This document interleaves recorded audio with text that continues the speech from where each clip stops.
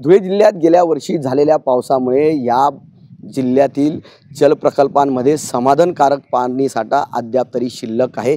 धुळे शहराचा जर विचार केला तर धुळे शहरामध्ये 3 तलावातून प्रामुख्याने पाणीपुरवठा केला जात असतो। त्यामध्ये नकाने तलाव असेल, डेडरगाव तलाव असेल, हरणमाळ तलाव असेल, या तलावाच्या माध्यमातून धुळे शहराला पाणीपुरवठा केला जात असतो। सध्या आपण डेडरगाव तलावावर आलेलो आहोत आणि या डेडरगाव तलावाची क्षमता 150 FCMT आहे।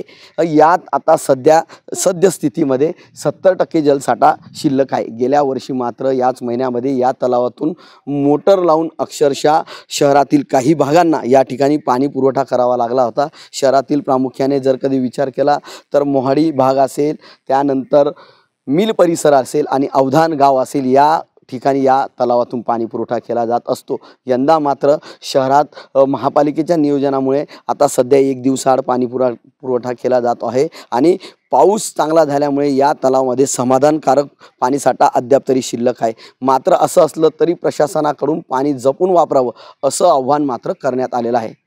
मनीष मासोळे, TV9 मराठी, धुळे।